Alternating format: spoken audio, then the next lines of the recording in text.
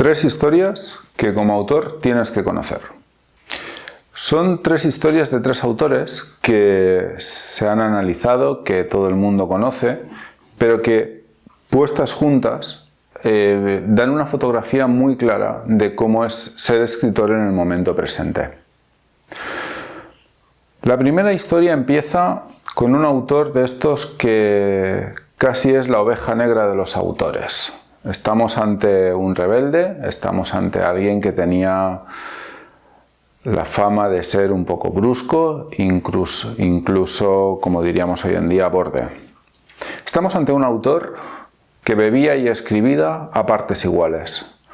De hecho, su propia rutina de escritura básicamente era un autor que escribía por las noches con una botella de whisky al lado y no concebía escribir sin beber. Estamos ante un autor que en estos momentos en los que se busca un éxito rápido y contundente en los años dulces, en la juventud de los autores, parece ser que con 30 años ya has hecho lo que tendrías que hacer y si no has llegado a cierto sitio, pues ya probablemente es que no vas a llegar nunca. Y él, sin embargo, fue un autor que el reconocimiento no le llegó hasta pasados los 50. Y cuando le llegó este reconocimiento, se encontró con una paradoja. De golpe, pasó de ser un completo desconocido, de ser un autor fuera de lo que la academia consideraría un autor, a ser un referente. Y cuando se convirtió en un referente, le pasó lo que pasa con los referentes. Como en aquel momento no existían las redes sociales, y esto a los más jóvenes quizás os choque, había una cosa que eran las cartas en papel. Así que este autor empezó a recibir muchísimas cartas de muchísimos jóvenes preguntándole qué tenían que hacer para ser escritores.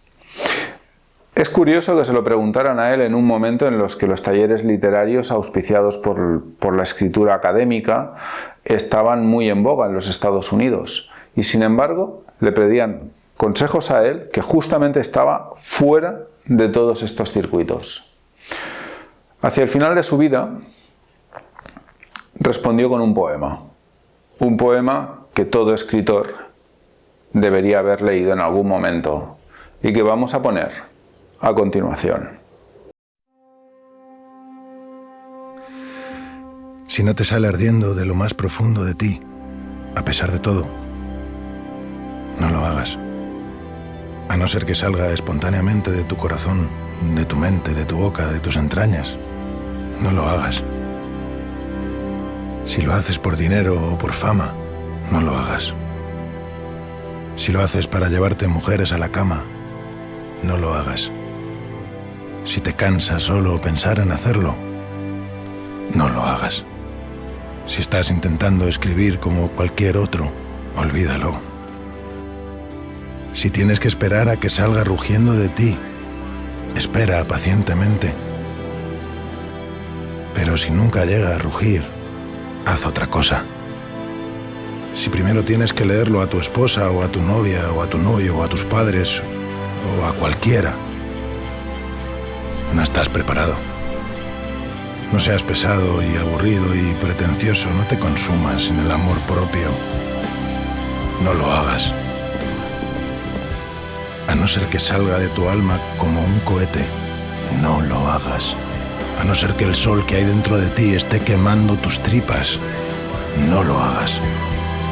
Cuando sea verdaderamente el momento, si has sido elegido, sucederá por sí solo y seguirá sucediendo hasta que mueras o hasta que muera en ti.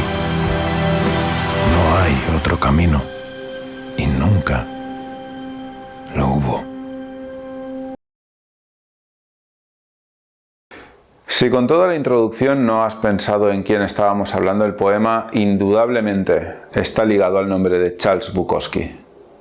Estamos ante un autor que el reconocimiento le llegó podríamos decir, en la madurez de su vida, pero durante muchos años escribía de manera intestina, de manera casi como una necesidad imperiosa, Y como él mismo reconoció y explicó sin ningún tipo de tapujo, él escribía por las noches después de pasarse el día clasificando cartas en correos para luego volcarlo todo lo que sentía en su literatura, y siempre con su botella de whisky al lado. Era tan bebedor como escritor.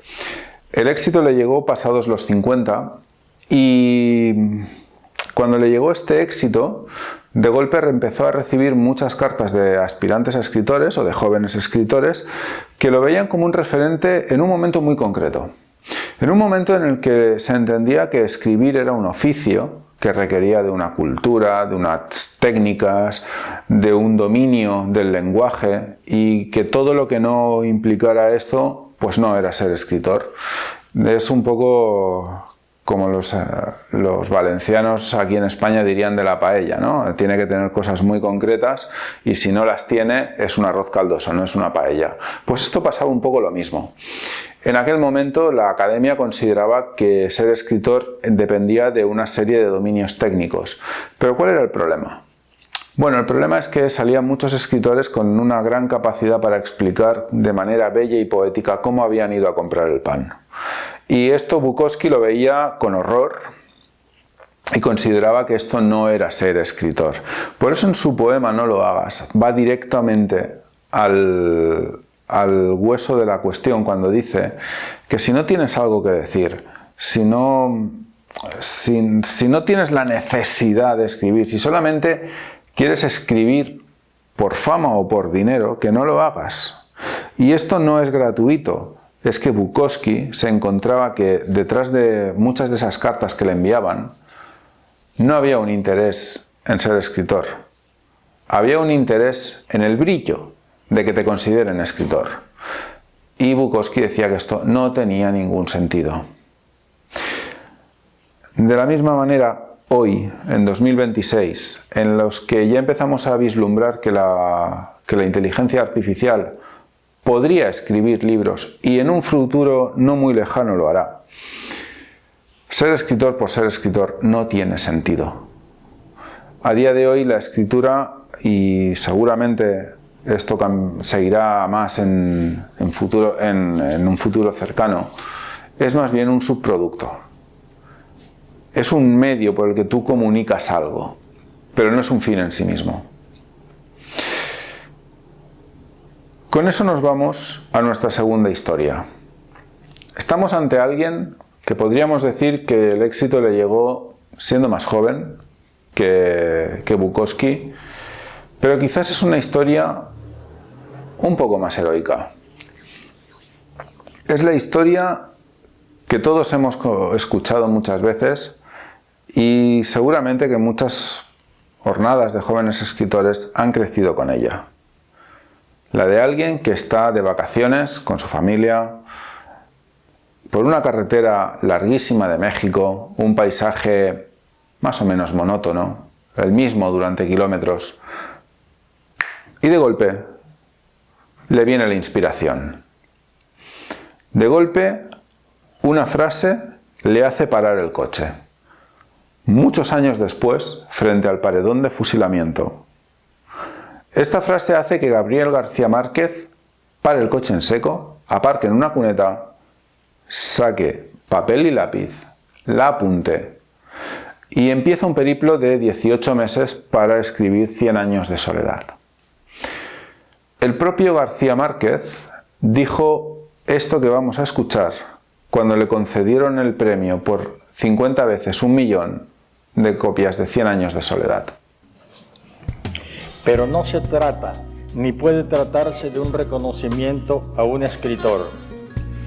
Este milagro es la demostración irrefutable de que hay una cantidad enorme de personas dispuestas a leer historias en lengua castellana, y por lo tanto 1 millón de ejemplares de 100 años de soledad no son 1 millón de homenajes al escritor que hoy recibe sonrojado el primer libro de este tiraje descomunal. Es la demostración de que hay millones de lectores de textos en lengua castellana esperando, hambrientos de este alimento. Muy bien, esta es la historia que todos conocemos. Gabriel García Márquez llega en un momento de vacaciones, para el coche, se encierra durante 18 meses y 18 meses después tenemos una de las obras maestras de la literatura del siglo XX. Sin embargo, la historia es un poquito más delicada. Como se suele decir muchas veces, el diablo está en los detalles. Y lo cierto es que aunque sí que es verdad que los últimos 18 meses quizás son los más épicos y los más literarios de 100 años de soledad, la historia empieza 15 años antes.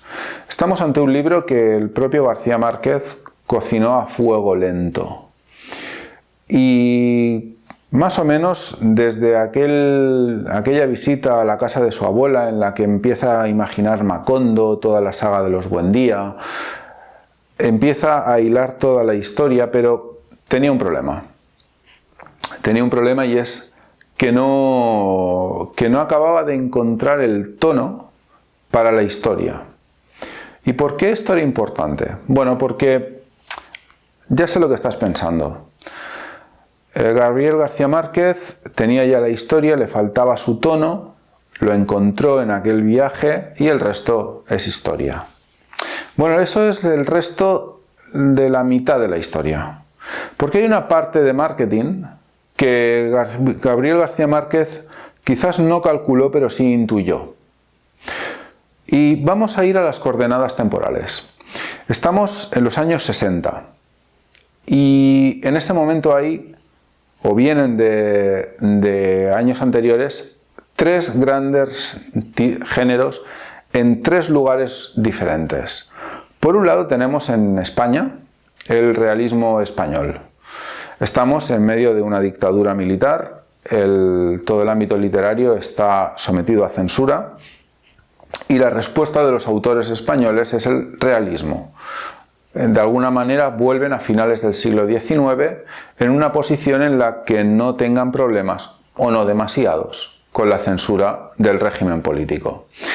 Y aunque esto fue una solución bastante inteligente y bastante eficaz durante los 40 y los 50, para los 60 este tipo de novelas empezaban ya a ser agotadoras, ya empezaban a cansar al mercado.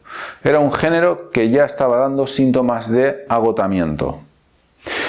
Si nos vamos a todo lo que sería Hispanoamérica, desde México casi hasta Ushuaia, ahí esas décadas habían estado dominadas por la novela indigenista. Y como le pasaba a la novela realista española, empezaba a dar signos de agotamiento. Y estaba muy bien, se ponía en valor un poco todo el pasado indígena del continente, pero como género ya estaba agotado, ya estaba trillado, y ya era difícil que salieran libros frescos de ese género.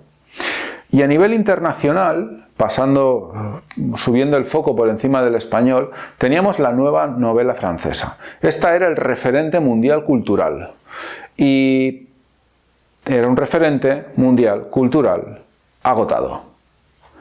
Y aunque no lo calculó, quien sí se dio cuenta de esto era Gabriel García Márquez, que era, además de muchas cosas, crítico literario, y se estaba dando cuenta de que los tres grandes géneros estaban agotados, y se había propuesto que iba a escribir una novela que los superase. Y ahí es donde le faltaba el tono. Cuando tuvo el tono, completó el círculo. En el momento que tuvo el tono, lo único que tuvo que hacer es escribir a las palabras que fueran. No sé cuál era el ritmo de escritura de Gabo. Él sí que lo sabía, porque con 6 meses pudo calcular que le quedaban más o menos un año. Y aunque tuvo algunos errores de cálculo en lo económico, no calculó nada mal a la hora de ver que los géneros estaban agotados y diseñar un producto que los superase. Y sí, hablo de 100 años de soledad como un producto y no como una obra artística, porque aunque es verdad que fue una obra artística, ante todo fue un producto que superó a los géneros de su época. ¿Y por qué esta historia te interesa como autor? Muchas veces se habla de los autores y nos miramos en autores como Gabo, que en un momento dado sacaron una obra que lo cambió todo. Pero esto no dependía tanto de Gabriel García Márquez como del cálculo del mercado, que vio que los géneros estaban agotados. Y ahora vamos con la tercera historia. La tercera historia es de un autor que podríamos decir que le aplicaba aquello de era imposible pero no lo sabía, y por eso lo logró. Podríamos decir muchas cosas de él, pero nadie tiene el ingenio para explicar cómo fue su caso. Estamos ante un chaval de 18 años tartamudo, que quiere ser escritor. ¿Qué cosa? Como tantos otros. Y le dicen algo que en principio tendría que haberlo desalentado. Y en lugar de desalentarlo, va y se va a pensar. Vamos a ver lo que nos lo explica él mismo. Un día en Barcelona, yo tenía ya unos 18 años,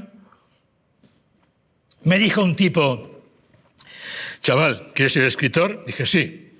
Y me dijo, pues mira, en este país nuestro, España, una de tres: padrinos, dinero o un nombre. A ver, yo era muy tonto, me fui a casa a reflexionar. Yo siempre me iba a casa allá a pensar. Dinero, ni flowers, no había. Padrinos, no conocía a nadie para darme un empujón como una fuera por un barranco abajo. Pero el nombre me lo podía hacer yo. ¡Cuidado! Era un empleado de la construcción en una empresa siniestra, estudiando aparejador por la noche, en una dictadura, y dije, me haré un nombre. O era un iluso, o realmente creía en mí. Si no crees en ti mismo, nadie va a creer en ti. Todo está aquí y aquí, no tienes nada más. Así que me dije, vale, me haré un nombre. La vida es muy sencilla. ¿Quién la complica? Nosotros. Somos la hostia de complicados, pero en el fondo es sencilla. Yo me dije, ¿qué hago yo mejor que los demás? Escribir. Hacía novelas, ya una cada año, así de gordas. ¿De qué sabía yo más que los demás? De música. Sabía un montón. Tenía olfato además. Así que dije, voy a escribir de música. Durante 2 años envié cada semana una carta de 20 folios a la semana a Radio Madrid, desde Barcelona. En aquel tiempo, el programa de música más importante era El Gran Musical. Aún no había 40 principales, era El Gran Musical. Durante 2 años, cada semana, una carta contando historias de música. En El Gran Musical había unas chicas, jóvenes como yo, que abrían cartas de los fans. Claro, cada semana, la carta del Jordi, primero porque era así de gorda, le hablaron de mí al gran jefe del Gran Musical, Tomás Martín Blanco, y me hicieron delegado en Barcelona del Gran Musical de Madrid. ¿Eso qué era? Nada. De vez en cuando leían por radio un pedazo de mis cartas y ya está. Pero con esto y este morro, ya iba a todas partes gratis, discotecas y conciertos. Bueno, al cabo de un tiempo en el Gran Musical se hicieron una revista, El Gran Musical. Y yo ya fui el corresponsal en Barcelona. Ya gané mi primer dinero escribiendo de música. Trabajo, estudio, Gran Musical, la radio. Ya pasaba algo en mi vida. Y pasó. Con el Gran Musical, el periódico, al cabo de 1 año, mi nombre ya estaba aquí arriba. Vino la competencia Disco Express, me hicieron director. Con 22 años me pude enfrentar a mi padre por fin y decirle, papá, dejo de trabajar y dejo de estudiar. Voy a hacer lo que me gusta, que es escribir. Pues, como él mismo nos explica, era un trabajador de la construcción en una empresa siniestra en un país gobernado por una dictadura. Y se haría un nombre. Esto muchas veces es lo que piensan muchos cuando empiezan a cuando empiezan o se plantean que quieren ser escritores. Se van a hacer un nombre. Y hay una ventaja frente al caso de Jordi Sierra, y es el hecho de que Jordi Sierra no tenía redes sociales, pero tenía algo que le falta al 90% de los que tienen redes sociales. Veréis, como él mismo explica, entre que él con 18 años decide que se va a hacer un nombre, y es el escritor que todos conocemos hoy en día, hubo dos fases. La primera fase quizás fuera la más difícil, incierta, y en la que Sierra demostró que era incansable y estaba por encima del cansancio y del desánimo. Él decidió poner estrategia. Se tenía que hacer un nombre, pero para hacerse ese nombre tenía que acceder a un medio de comunicación. Primer problema. ¿Y qué es lo que iba a hacer? Bueno, él se plantea decir, bueno, ¿y yo de qué sé? De música.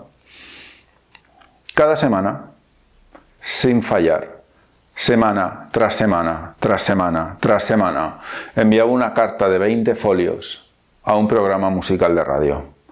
Cada semana, hasta el punto de que ya el personal del programa la denominó la carta del Jordi, porque cada semana la recibían.